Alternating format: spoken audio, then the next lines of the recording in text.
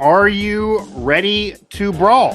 It is another edition of the Backyard Brawl coming up between the Pitt Panthers and West Virginia Mountaineers. This one not on the gridiron. Obviously, we know the rockin' atmosphere that one generated to open up this college football season. This one on the hardwood. And I'm Mike Asti, and we're going to preview that upcoming game this Friday. We will have George Michalowski, our Pitt basketball beat writer, and also Ethan Bock, our West Virginia basketball beat writer, to join me to be able to talk about the Pitt Panthers and West Virginia Mountaineers. These two teams look a lot different than they looked a season ago. They're going to be a lot different than they were a season ago. And we're also going to maybe talk on what this rivalry means to these teams basketball-wise. Because you asked Jeff Capel, as George did the other day after he was done talking about Huggins, and he definitely is not giving you the same vibe he'd be giving you about football. So we're going to get into all of that, talk some keys to this game and the barometer of both Pitt and West Virginia. So, guys, it does feel like almost yesterday we were previewing this game a year ago, that one in the Coliseum, this game in Pittsburgh at the Pete. It's going to be our Ethan Bock's first time at the Pete, actually, as we were talking off the air. So that'll be cool there for Ethan. It's a nice venue, to say the very, very least, certainly from what Pitt had basketball-wise years ago and prior to the Pete.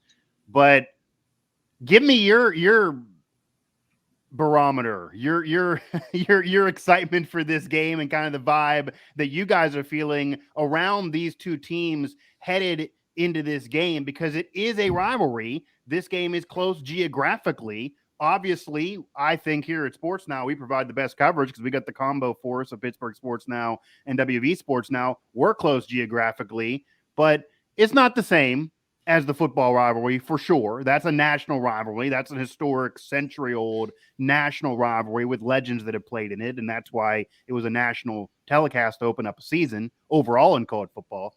Not the case for the basketball version, but still a rivalry nonetheless, right?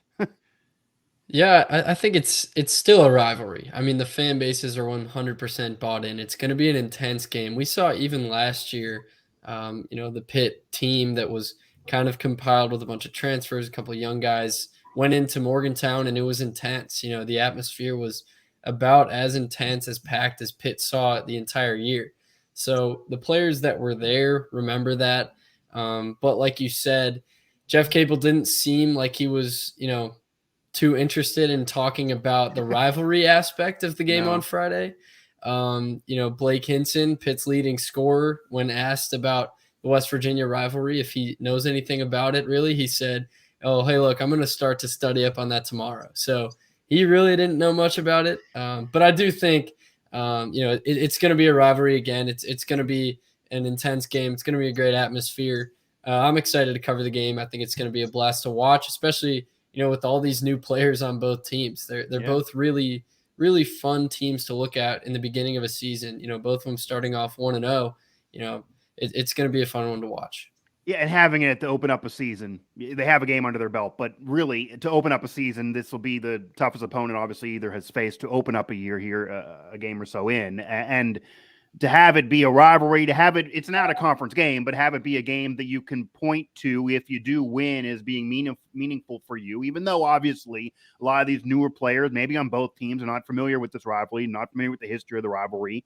The students may care about it more than anybody else, but probably not to the level of football. And Jeff Capel's somebody that he has a lot more history with Bob Huggins than he does certainly the rivalry. So maybe that's why he's downplayed it. Ethan, you have the unique difference, though, than George, that you do have the ability to cover a man that certainly knows about this rivalry and does not need to study it more than anybody on either team, maybe more than any of us covering it just for how long he's been around, and that is Bob Huggins. Bob Huggins certainly is well aware of this rivalry, the history of it. I mean, the guy grew up with it prior to even embarking on his career as a player and then a Hall of Fame coach. So is there a different tenor and vibe after you finished up with game one, got the win? Is there a Backyard Brawl focus that you're seeing and hearing about that's different than, say, a regular game two? Is he trying to hammer that home and bring that to some of these players? Because also these players, like George mentioned with the Pitt players and the Pitt transfers, they didn't grow up with it. They didn't have the rivalry ingrained in them like maybe teams of old that had experienced this 2-3 years in, knee deep in the same conference of the old Big East days, and you didn't have a portal as crazy. The players are going in and out. So is Huggins trying to make them clear this is not a regular game, even though these are the keys to beat Pitt? This is what you got to do. But this is the backyard brawl. You lose this. This is a little different in terms of how the campus will treat you. You win this. This is a little different than how the campus will treat you. Yeah, I think it's the same vibe as last year. It's still a rivalry game to them, but it's not the end all be all. I think the team's looking more at this as a good road test at the beginning of the year. Last season, West Virginia didn't have a true road game until mid-December. Yeah. Then, as soon as they got into Big 12 play, they didn't win a single road game. So it's nice to get that Pitt trip in now. Go up into a good environment that the Pitt students can actually get involved in and be excited about a rivalry game. Like you said, Bob Huggins, he's probably the only person amongst the two teams, players and coaches, that can go all the way back to the 70s. Right. Rivalry. Yeah. I mean, being from the area, this is beyond even before he embarked on playing. Yeah. Played in it, coached in it. I mean, both players on each team are from different programs for the most part. Kedrian Johnson and Emmett Matthews are really the only two players that even have participated in the brawl. So it's going to be interesting. I think West Virginia, though, looks at it as a rivalry game still, but at the same time, they're looking at it as a true road game test. Yeah. It's just different than football because you go into a season and obviously Pat Narduzzi is not going to say this. Neil Brown did talk about all these rivalry games and having them be on the road, and they got into a difficult schedule. But even from the Narduzzi perspective, because Pitt had back-to-back out of conference tough opponents, even though it's been a down year for the Mountaineers, with Tennessee as well, and that the quote unquote Johnny Majors Bowl. But I'd imagine that if you told them in some type of sports almanac or something going on that you're only going to win one of these, they probably would pick the brawl. You want to win the rivalry game. That's obviously a bigger rivalry than, say, Tennessee is in football, despite sharing a legendary coach and the history between those programs.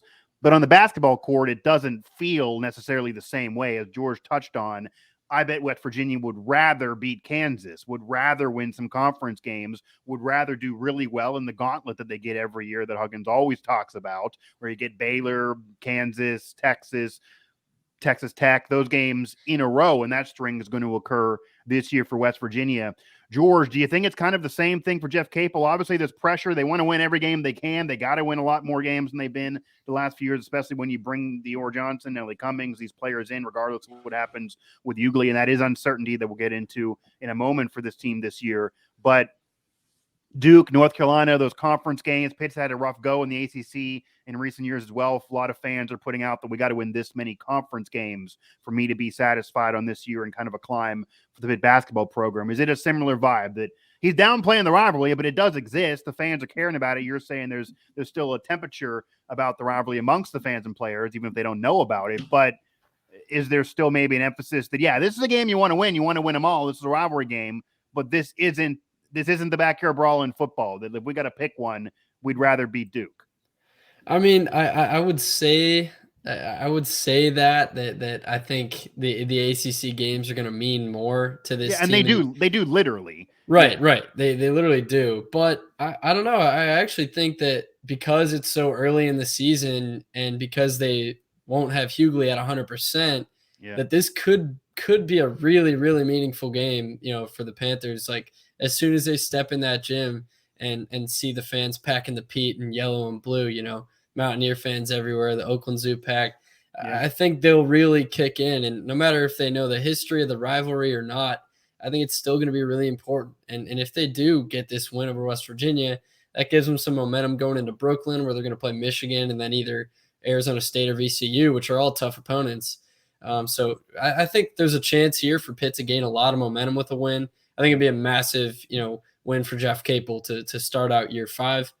So yeah, I think there is, a little more excitement around this game, even though the guys don't have the knowledge of the history of Yeah. the rivalry. And who knows, maybe they've been, studying the film and the history books all night. But I think it is an Maybe. important matchup for them.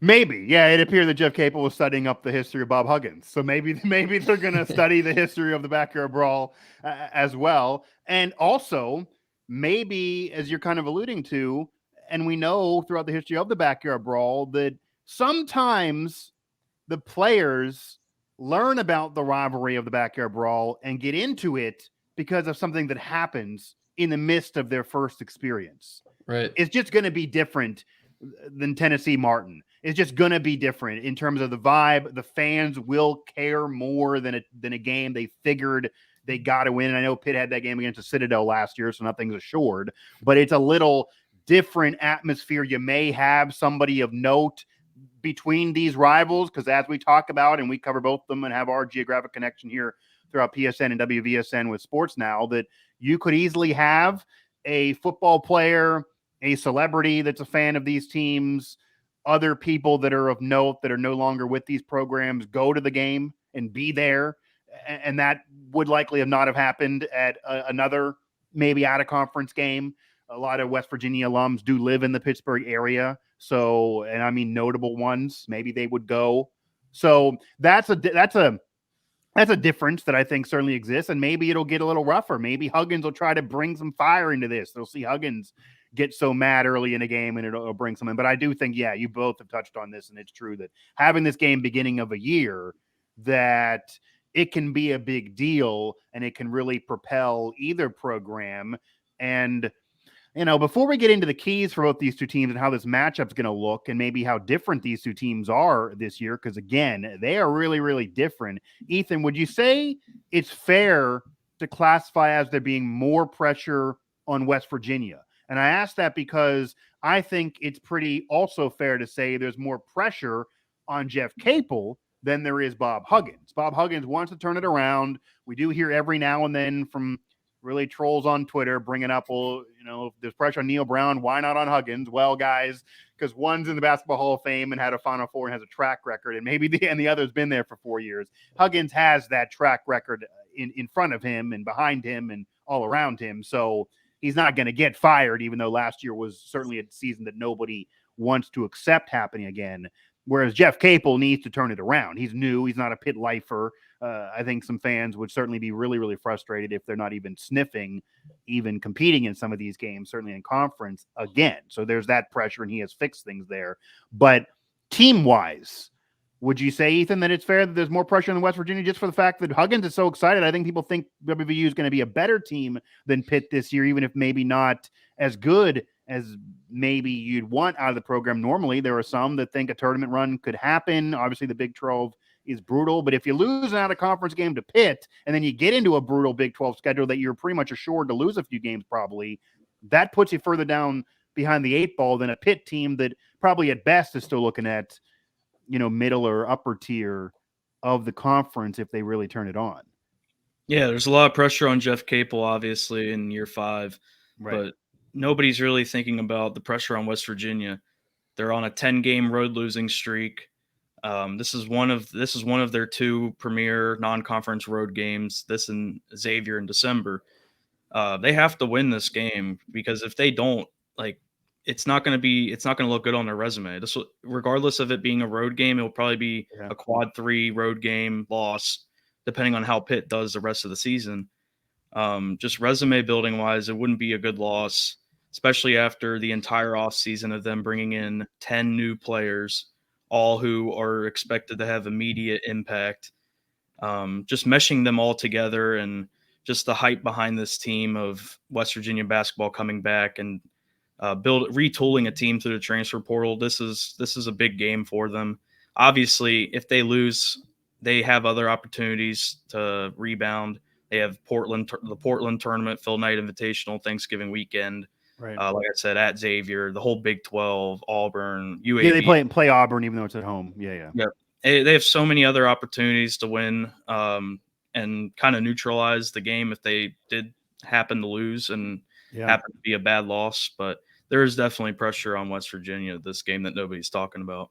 Yeah, I feel like it's really not being addressed that much. Jordan Michalowski, our Pitt basketball beat writer with Pittsburgh Sports Now. Ethan Bock, our West Virginia Mountaineers basketball beat writer with WVSN. Go to those two outlets for all the game coverage before, during, after the game. It'll all be there. Also on social, on Mike Asti, as we are previewing the basketball version, the hoops version of the Backyard Brawl. And I think it's crazy what we saw football-wise open up a year. We're not going to live up to that. That's not going to be that bar. It's just not going to happen. But hopefully, I think for fans, media, players, and everyone alike, even though there's a lot of new cast of characters for both these two teams, that it does bring you some semblance of a rivalry, whether it's being downplayed or not. And looking at those schedules in front, as Ethan, as you mentioned with West Virginia, I think another reason why there's more pressure on West Virginia to win this game, even though they both are coming off really bad years last year, because you could argue maybe that's neutral because they just both sucked last year and they got to do better. And there's more pressure on Capel as a coach for sure. You're not going to fire a basketball Hall of Famer who's a lifer at your school basically and grew up there before coming in to be a coach and led you to your first Final Four since Jerry West. It's just not going to happen. But you also have a tough schedule later in the year. So a lot of the games that you're touching on besides the Xavier one later on in the season, certainly ranked teams in the Big 12, you're going to have Auburn out of conference, ranked, likely still ranked. That'll be a home game. But if West Virginia goes into January with a below 500 record or already having lost several games, including big games like this one, which will really be that biggest early in the season, that'll put you well behind the eight ball. The vibe will be bad. Huggins will be upset. And then you're going to probably lose some games the rest of the season because the schedule will get tougher. So they kind of have the advantage. They could stack wins. If West Virginia stack wins, they could be a ranked team once they get into those tough games. If not, though, and if you lose this one, then it's going to be a major problem. George, you have a lot more to discuss, and you've had a lot more to cover in general with the Pitt Panthers, and that's an understatement going into this season. Obviously, a lot happening off the court with Pitt. You mentioned Ugly and whether he's there at 100% and what he can offer this season. It's all up in the air, really. Now, Jeff Capel did do a lot of work, kind of like Bob Huggins with the transfer portal this offseason. I think what a lot of fans were calling for, that, hey, after Justin Champagny and kind of himself trying to do it on his own, Pitt fans just didn't want to wait around and basically punt years. And that's kind of what it felt like last year. He did work. Brought in a hometown boy in L.A. Cummings who wants to be there, already experienced the tournament. He's made it clear that he wants to bring Pitt back to glory, even if it's happening after him. He wants to be part of that bridge. Dior Johnson, I think, surprised a lot of people. There are players there for Pitt, and more than one, that if one's down, the other one can pick them up.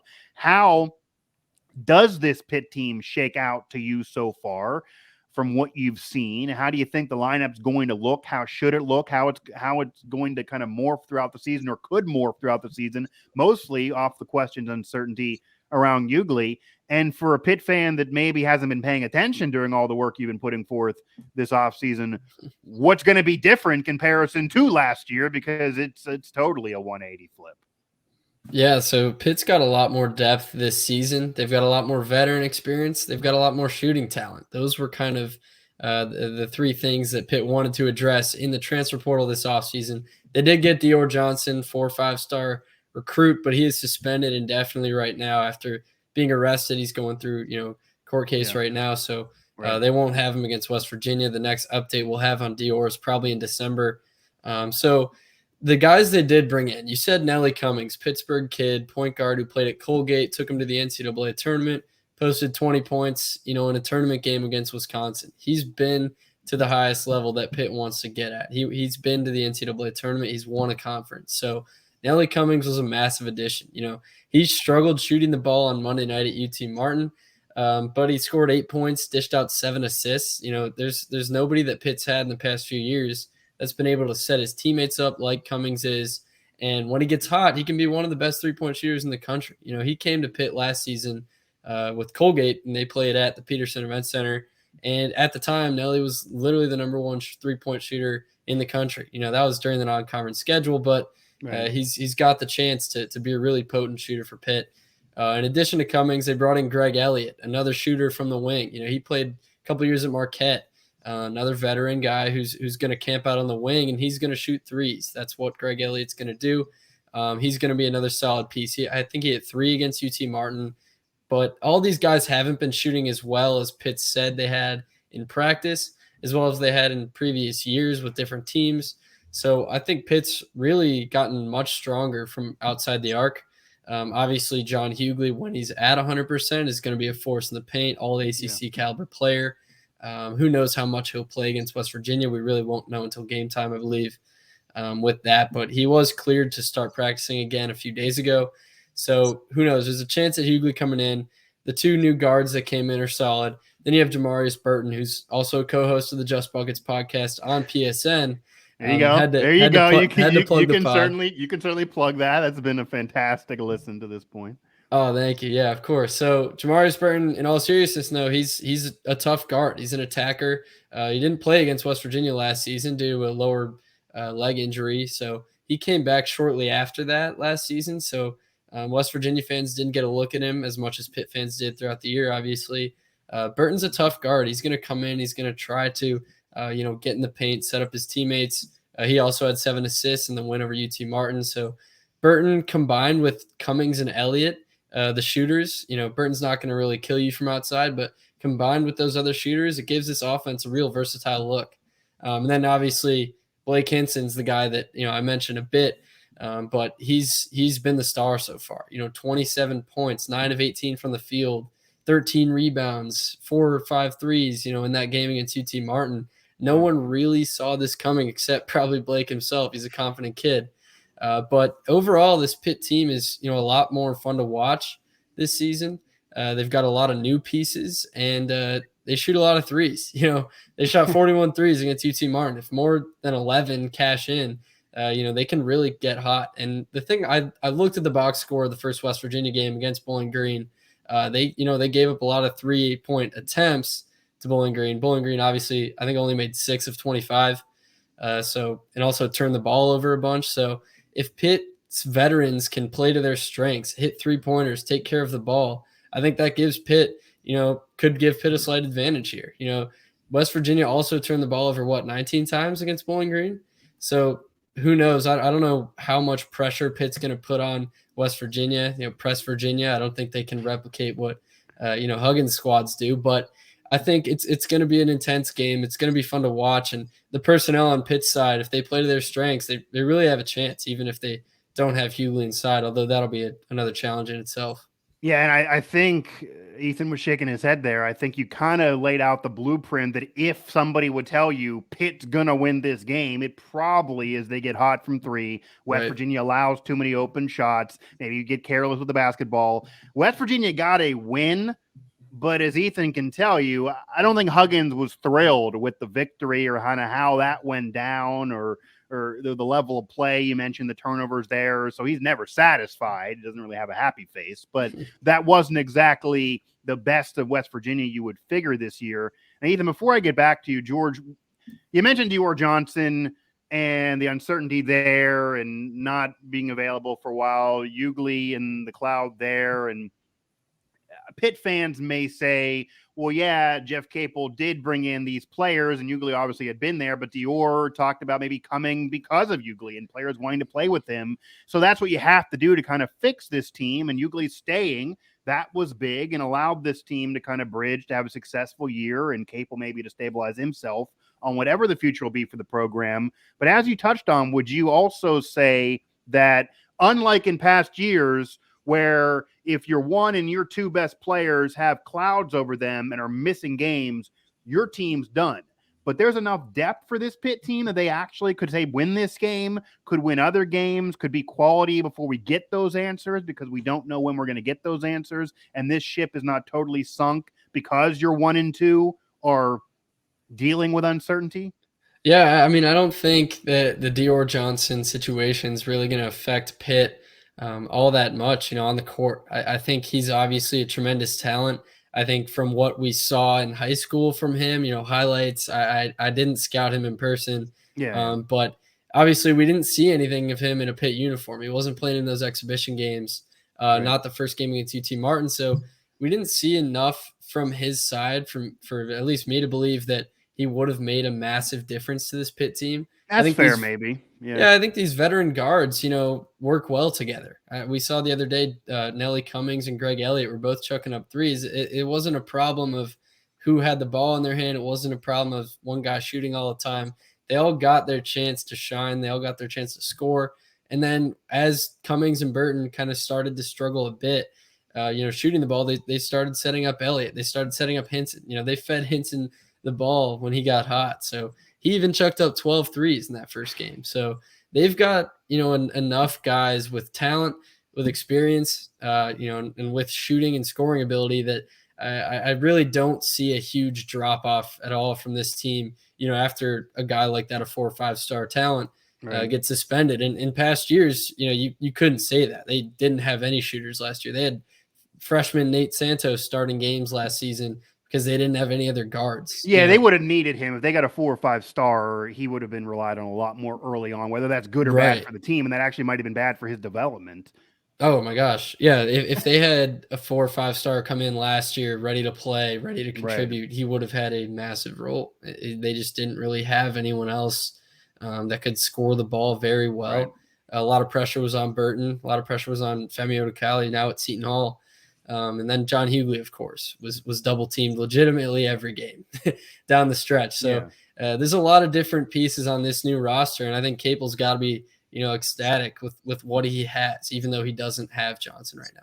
Yeah, and also the aspect of last year of not having Nike Sabandi after the year earlier and having him emerge and being a player that people thought Pitt maybe could count on, and then him not being there. Jordan Michalowski of Pittsburgh Sports Now, or Ethan Bock of WV Sports Now. Now, Ethan, I know we touched on a little bit on how the Mountaineers are going to be different in terms of style of play this year, and Huggins being excited, but certainly needing a better effort than against Bowling Green that George talked about, and talking with George about the impact players for Pitt, that some of them are household names at other places that I think Pitt fans are at least familiar with, and talent being there that adds depth. Who are some West Virginia players that maybe fans are not as familiar with that West Virginia is going to really rely on for both sides, or fans of both teams to be aware of, that are going to have an impact in this game, or going to have an impact this season? Who do you think is going to be West Virginia's best player and team MVP for this team to have a quality year? Because that could be a different dynamic than in past years as well. And is this a team like when West Virginia is really good, there usually is one player and then everyone kind of is around the nucleus of that player?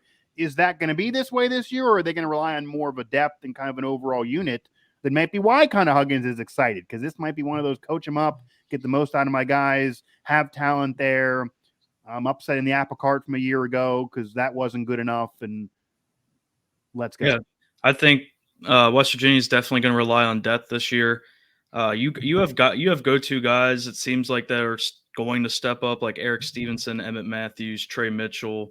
Those are all double-digit scoring guys. Eric Stevenson will always have the ball in his hand in transition. Seems like the outlet pass goes right to him every time. Joe Toussaint as well, Iowa transfer point guard. He's very smart with the ball. Assist to turnover ratio was great at Iowa. I'm pretty sure it was a 2.3 assist to turnover ratio. Also plays great defense. I just think this team's going to have to rely on depth for sure, between all of the transfers that they brought in and between all of the young guys that they have. They have a weird mixture of fifth-year seniors and seniors, and then freshmen and sophomores. But out of those, against Mount St. Mary's, a lot of the underclassmen played well that got in. Muhammad Wagi was definitely the MVP of the underclassmen. 9 points, 9 rebounds, a near double-double, 4 or 5 shooting. He's very, very athletic. And then Josiah Harris and James Okongwu, they both showed heart. Like, they both showed toughness. They both combined for 10 rebounds and created 5 extra possessions just off of those two. That was another game, though, that we talked to Bowling Green and kind of before the season got underway in terms of the exhibition. But that was another game that opened up the year. You get a win, but I think there are a lot of Mountaineer fans that were like, okay, we're happy to have a team to cheer for. The football team's losing a lot of games here. You got a victory. And Huggins didn't appear satisfied there, though. That didn't appear to be the best of West Virginia. Or it also appears that you could argue that if West Virginia plays like that against Pitt or against these other opponents, they could lose. Yeah. West Virginia, I'll disagree with Hugs because he'll never be satisfied with how many rebounds they get. They could get 70 rebounds in a game and he'd be angry. But West Virginia pulled down 45 rebounds. I don't care. high major, mid major, low That's a major. lot of rebounds. That doesn't happen. That doesn't happen last season. No. They were actually like creating extra possessions or second chance point opportunities. They played well. 76-58 though. Shouldn't that score have been more? I don't know. I guess that's where you go to. Mount St. Mary's only had about 30 points midway through the second half. Yeah, it certainly picked up. Yeah, and that could be, I think, what Huggins was talking about in his postgame in terms of the late game defense that he wasn't thrilled with. Because I know that last year, as you know, they didn't close games well at all last year. No. At all. Like at all. And it was kind of similar last game too. Mount St. Mary's just behind Jalen Benjamin, their main guard. I mean, they were anything that they would shoot from three would go in, and Mount St. Mary's was able to cut it down to single digits at one point. And then West Virginia pulled away again. So that if that's one thing that Pitt can expose West Virginia for is it's on the perimeter. It's perimeter shooting, perimeter defense. And it's kind of been the recipe to beat West Virginia for the last few years, I feel like. I feel like that's one constant that has existed here. Jordan Michalowski, Ethan Bock here, Mike Asti, as we're previewing the Backyard Brawl, the hardwood edition. It's not the football game. It's not the football rivalry, but it's one nonetheless. George, what's the key to this game for the Panthers to get the win outside of just hitting 3-point shots? Because obviously that is a key, hitting 3-point shots, taking advantage of however many West Virginia gives you, and they're going to give you some. Obviously, they don't want to give you as many as they've been giving teams they've been playing this year with this group. But taking advantage of those shots and hitting those shots, maybe you got to have a hot day, which there's some luck involved there. What else besides that is a key to this game for you from the Pitt perspective that has to occur for Pitt to win? And then on the flip side of that, if this is just an ugly day and Pitt doesn't win, what probably occurred out, from the Panthers' perspective of maybe what they didn't do? Yeah, so I think another key for Pitt, obviously outside of shooting outside, like we said, I think they got to hold on to the ball, obviously, not turn the ball over. These guys came in, they're veterans. That should be their strength by now is, not folding under pressure, not turning the ball over in that kind of environment. I also think defensively for Pitt, I think handling Trey Mitchell, handling Emmett Matthews is going to be a big deal for them. Obviously I didn't get a look at Trey Mitchell in that in those two games, that West Virginia's had. But obviously he's a versatile 6'9", right? Big man. So he's going to be a problem for Pitt because, Hughley's not going to be at full strength. Behind Hughley, they have Federico, former West Virginia commit out of the junior college ranks. You got to like saying the name. Oh, yeah. So nice. You got to say it twice. So Federico actually has played, pretty well so far for Pitt. He's a guy that's going to clean up the glass. He'll catch some lobs and he'll finish inside if you can get it to him in good position. So he's been going up in the pick and roll on offense, rolling off and probably he's going to average like 3 or 4 dunks a game in this early non-conference slate when Hughley's not out there. So it's going to be tough for him though on defense because, he's a young guy. Tim O'Toole, Pitt's associate head coach, has been working on, making him more physical, toughening him up because he's still a young guy. He's an international player from the JUCO ranks. It's not exactly John Hughley. So he's got a lot of, work to do down low defensively. I think if West Virginia takes advantage of that down low, if Pitt doesn't have Hughley, playing a lot, I think West Virginia can, attack the inside. But then they do have Blake Hinson, who is 6'7", 235, 240. Although he plays on the wing, he can still body up, play defense down low. So I think defensively, the paint's going to be a big thing for, Pitt to try to control. I think West Virginia, turned the ball over a lot, early on in the season. So did, Pitt a little bit. They looked kind of sloppy, but it's really going to come down to, who's going to make more shots outside. I don't think West Virginia is a particularly strong team from outside. And when you have these two teams with a bunch of new guys together, I think that could really be the edge. That can really be, the difference is will Eric Stevenson get hot or will Blake Hinson get hot? It could be any of those guys. Like, I don't think Joe Toussaint's really going to be a threat scoring the ball. I don't know too much about, Kedrian and, Emmett Matthews, but I know that they've had strong starts to the season. So it's going to be a fun one to watch. And I think those are some of the keys, that I'm looking for. Yeah, and I also think it's probably a situation that Pitt maybe would have a more likelihood of being able to come back. This is probably a situation that if Pitt can hit some of those shots early in the game and get Right. West Virginia frustrated into foul trouble, that has also been a problem in the last couple of years, even though obviously this is a different team, then it might be hard for West Virginia to come back with their style of play, even though they're getting rebounds they never got before to extend possessions. Ethan, what's the keys for the Mountaineers here outside of just rebound, and Huggins not satisfied with 45? I'm not sure what he really wants unless he wants to set records every game. But outside of doing more of that and finally getting up to a number that Huggins likes rebounding wise, what else does West Virginia need to do to beat Pitt? And if this, say, is a bad look, and you mentioned potentially a quadrant 3 loss, depending on how Pitt ends up playing the rest of this season, then what maybe occurred on a negative end is this more of a game that if West Virginia plays the game and plays well, they should win. But if they get away from themselves, maybe they'll lose. For example, they're vulnerable. Pitt's better than in past years. But if West Virginia loses, would you classify this one as probably a game that West Virginia can kind of look in the mirror as why they lost? And what do they need to do to ensure they don't lose and get this way?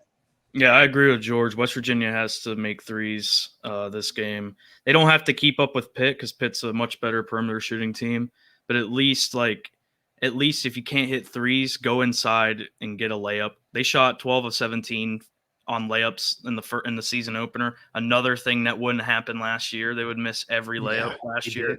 They did. So, they couldn't rebound and they couldn't hit layups. It's amazing that Huggins didn't quit midseason. Especially if Hughley's out or limited. Especially stretch the floor. Trey Mitchell, he can knock down threes. He knocked down 2 of 3 threes against Mount St. Mary's. He can score at all 3 levels.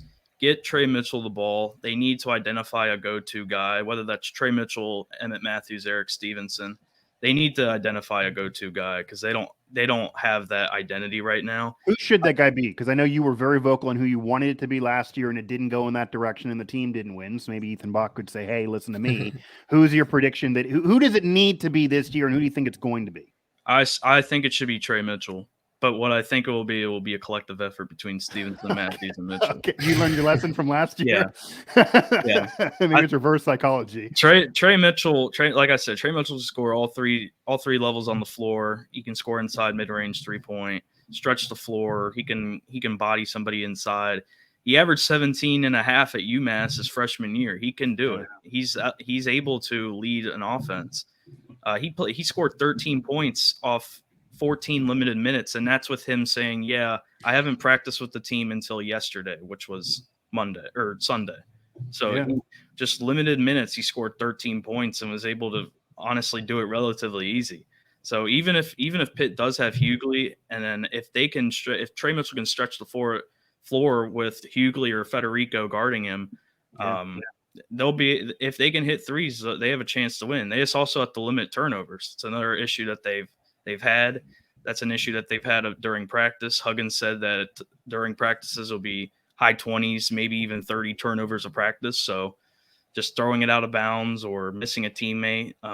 Those are the two keys that I have for West Virginia just handling business on Friday. Yeah, and if they want to watch some college football or watch some NFL games, I'd probably rebound and play well and win this game, because Huggins has also been known to throw a random lesson on the treadmill on Sunday and not watch any NFL. So they could ruin their weekend with this being Friday night as well.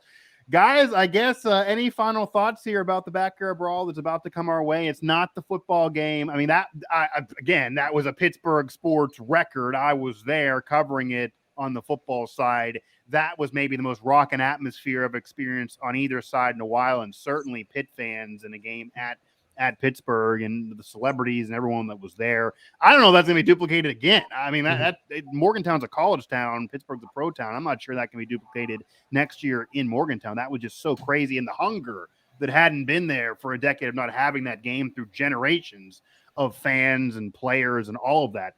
That's not the case here. The game has been played. The institutions have made sure this game could get played. It's easier to schedule games in college basketball than certainly in football. A lot more options at a conference to make these games happen. They've made it happen. They want it to happen. It's early in the season. Fans, Jeff Capel, maybe not too sure about it. Fans, I guess, are, wait and see. They're getting excited, but you got to actually get in there. The players are learning about it. They don't know. They need to study ahead of time. So any final thoughts and then a prediction from both of you about the 2002 Backyard Brawl basketball-wise? So I'll start us off. I think obviously don't have too much else to add, but I think it's going to be a good game. I think the intense environment will definitely be there. I think it can't live up to the football game. You're not going to have the hype around it. You're not going to have the pick six. The great game by the quarterbacks and everything that came with that football game. And Neil Brown trying to fight referees at the end of the game. Right. Like, it's just, that the energy that was there. It was like it was a playoff game, a championship game. Right. There were so many moments in that game that you can take away and write a story about. There were so many things that happened. So, but I do think it's going to be a good game. I'm looking forward to seeing, how Pitt handles the pressure because they're such a new group. Also West Virginia. And how both teams shoot the ball, how much we're going to see of John Hughley, because he was the big story coming into the season for Pitt. Nobody was really talking about Blake Hinson. It was John Hughley's team. So obviously his injury, we're going to see how up to speed he is, how healthy he looks. For a prediction, oh geez, I initially in my season preview, I had West Virginia winning this game. Oh, okay. So I had Pitt starting off the season 1-2 with losses to West Virginia and then Michigan and Brooklyn. Yeah, right. But gosh, man, I don't know. I guess I would say I'll go with West Virginia taking it home. By a couple points. I think it's going to be a really close game. I haven't seen a spread out there yet, but I'm sure I know the FPI on ESPN was like 53% West Virginia or something. So I'm sure it'll be a really tight spread. Obviously, Pitt home court advantage, but as you guys know, a lot of Mountaineer fans will be in attendance. So I guess I'll say West Virginia by a couple, but I'm really right on the line there. I think it'll be a great game. Yeah, I agree with George. I have West Virginia by single digits, whether that's 1 point or 9 points. It's definitely a closer game. Okay, yeah. I wish Vegas worked like that. Yeah, that's. I mean, No, I can't see West Virginia just blowing Pitt out on the road. Obviously, right. I could also see Pitt stealing this game just off of their shooting. It's going to be a closer game than last season.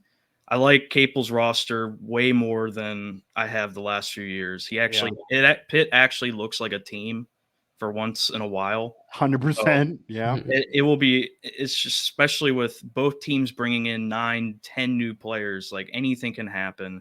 It really just comes down. It just comes down to how they mesh early on as new teammates, all from different levels. So I'll take West Virginia by single digits. You're almost kind of tempting me to pick Pitt to win this game, to be honest with you. It's good TV. Come on. You know what? Yeah, you're almost tempting me to do it. Man, I'm gonna say West Virginia wins this game, but yeah, I'm gonna couch it that I would not in any way be surprised that if Pitt wins this, and I'll probably punch myself that I didn't just go out and do it because I think West Virginia is going to win this game, but it's going to be a close game. It'll be one of those games that Huggins will use to trying to send a message to the team. I think it'll be a situation where West Virginia is going to be winning early in the year, but he's not really going to be thrilled with how they're playing, and maybe we'll see what that leads to. Pitt does have that tough game against Michigan coming up as well. Maybe Pitt will get impressed, even though they're not winning, don't win this game. And unlike last year, even though West Virginia's season went completely in the tubes, going into that game, it was West Virginia kind of a heavy favorite, and I don't think anyone expected it to be as bad of a year as it was for West Virginia. But going into last season, everyone kind of expected Pitt is just not going to be good this year. It kind of was expected for them to have a bad year. This is a year that we can preview this all day. Nobody really knows because there's not that many games under the belt of these players together in a game action, certainly not nearly to this level. This will be the biggest game that any of these guys have played together as a unit, and they are more of teams. They're different than last year, and there's pressure on both of them. But these teams are just completely different looks than a season ago. I'd say especially for Pitt. So, and Huggins wants to make his team a lot different than last year. So we will see. The way it's going to be fun. It will be a rivalry atmosphere. I do think it won't be the football game. Obviously, it won't be that kind of vibe. But I do think the Oakland Zoo, they're already talking about it on Twitter. They kind of did send a message to themselves, as George knows, entering this season, that the team needs to step up. We need to step up as well. So this will be that test. This is a rival coming in that's close to you.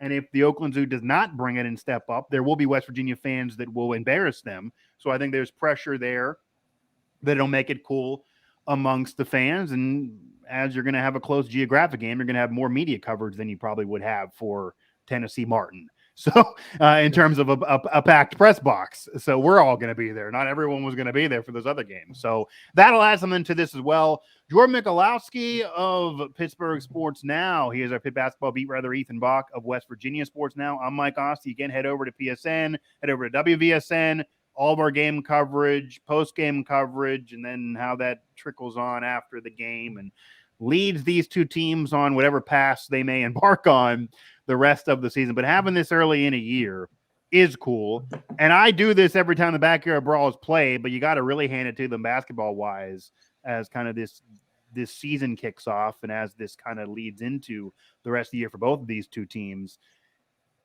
Big win for both programs to make sure this game happens, because they're not in the same conference anymore. They haven't been for a while, whether it be football, basketball, or whatever, and to play baseball at PNC Park even. If these programs and both programs did not want this game to happen, this game would not be happening anywhere near as consistently on the basketball floor and really at all football-wise. So if you like it as a Pitt or West Virginia fan, if you like covering it as a media member, if you're a player that's going to learn about it now and get more into it, if you're Huggins that likes having it, maybe Capel will get interested in it at some point.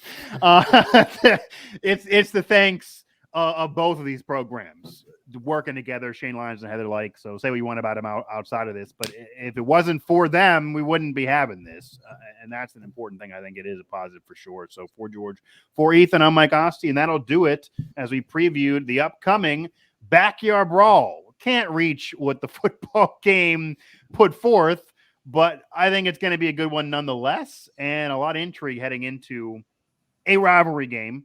I'm going to call it a rivalry game, so we'll see if it actually proves me right when that game gets underway on Friday night.